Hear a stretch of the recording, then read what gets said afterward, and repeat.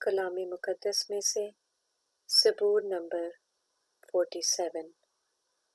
آئے سب امتوں تالیاں بجاؤ، خدا کے لیے خوشی کی آواز سے للکارو، کیونکہ خداوند تعالیٰ محیب ہے، وہ تمام روئے زمین کا شہنشاہ ہے۔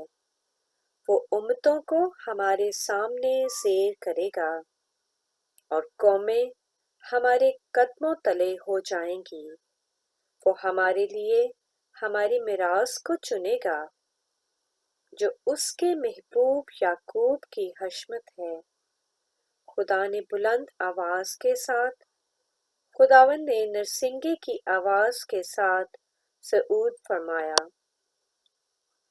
مدح سرائی کرو، خدا کی مدح سرائی کرو، مدح سرائی کرو، ہمارے بادشاہ کی مدح سرائی کرو، کیونکہ خدا ساری زمین کا بادشاہ ہے۔ عقل سے مدح سرائی کرو، خدا قوموں پر سلطنت کرتا ہے، خدا اپنے مقدس تخت پر بیٹھا ہے۔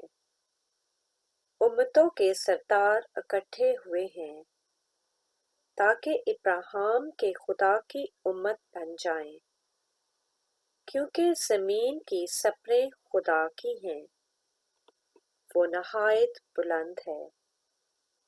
پاک کلام کے پڑھے اور سنے جانے پر خدا ان کی برکت ہو، آمین۔